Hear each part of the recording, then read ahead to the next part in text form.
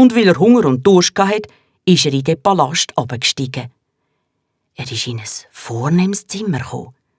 Auf einem Bett aus rotem Sammet ist eine wunderschöne junge Frau gelegen und hat friedlich geschlafen. Der Prinz hat noch nie in seinem Leben so eine schöne Frau gesehen. Sie hat im Schlaf gelächelt und hat wunderschöne schwarze Haare und ein feines, weißes Gesicht.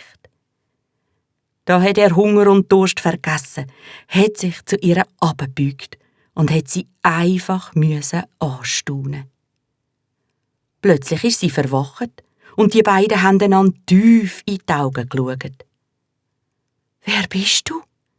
hat sie leislich gefragt und ist fast ein bisschen verlegen geworden, wie der Prinz, der da so plötzlich vor ihr gestanden ist, so stattlich ausgesehen hat.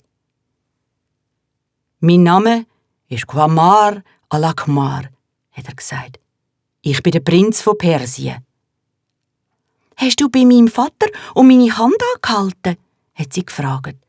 «Weisst, es kommt fast jeden Tag einer, der mich heiraten will. Aber entweder gefällt er mir nicht, oder er passt in meinem Vater nicht. Aber du gefällst mir. Was hat mein Vater, der König, gesagt?» «Der König?» «Hey, ja, mein Vater ist der König von Sanaa.» «Ich habe noch gar nicht mit ihm geredet. Ich bin erst gerade angekommen. Dann bist du also eine Prinzessin?» «Ja, ich bin Prinzessin Schemal Nahar.» «Schemal Nahar, du bist die schönste von allen Frauen. Du gefällst mir so gut, dass ich mir gar nicht mehr vorstellen kann, ohne dich zu leben.»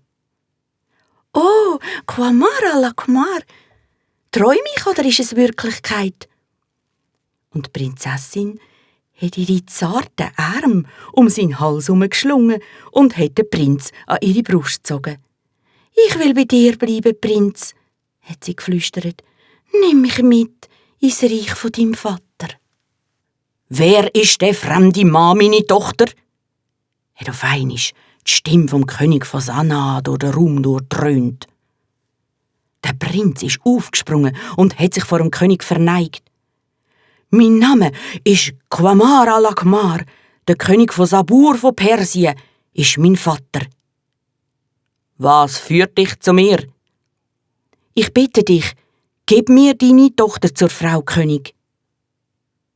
Der König hat sofort gesehen, dass der Qamar al-Akmar von vornehmer Herkunft ist, und der stattliche junge Mann hat ihm ganz gut gefallen, und darum hat er jetzt gesagt: «Du bist weit gereist, mein junger Freund.